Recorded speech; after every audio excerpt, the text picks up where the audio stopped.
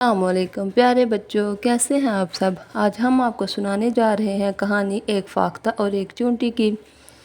ایک دفعہ کا ذکر ہے کہ کسی دریا کے کنارے ایک درخت پر ایک فاختہ نے گھونسلہ بنا رکھا تھا۔ اسی درخت کے تنے پر ایک چونٹی بھی رہا کرتی تھی۔ ایک دن پانی پیتے چونٹی دریا میں جا گری اور پانی میں ڈوبنے لگی۔ فاختہ نے درخت پر سے دیکھا اور فوراً درخت کا پتا توڑا اور چونٹی کے قریب دریا میں گرا دیا۔ چونٹی پتے پر چڑھ گئی اور اس طرح فاختہ کی مدد سے اس کی جان بچ گئی۔ ایک دن ایسا ہوا کہ جنگل میں ایک شکاری بندوق لے کر آ گیا۔ اس نے درخت پر فاختہ کو دیکھا تو اس پر نشانہ باندھنے لگا۔ اتفاقاً چونٹی یہ سب دیکھ رہی تھی۔ اسے فاختہ کا احسان یاد آ گیا۔ وہ بھاگی اور شکاری کے پاؤں پر اتنی زور سے کاٹا کہ اس کا نشانہ چھوٹ گیا اور فاختہ درخت سے اڑ گئی۔ اس طرح چونٹی کی مدد سے فاختہ کی جان بھی بچ گئی۔ اس کہانی کا اخلاقی سبق ہے کہ نیکی کا بدلہ نیکی ہوتا ہے۔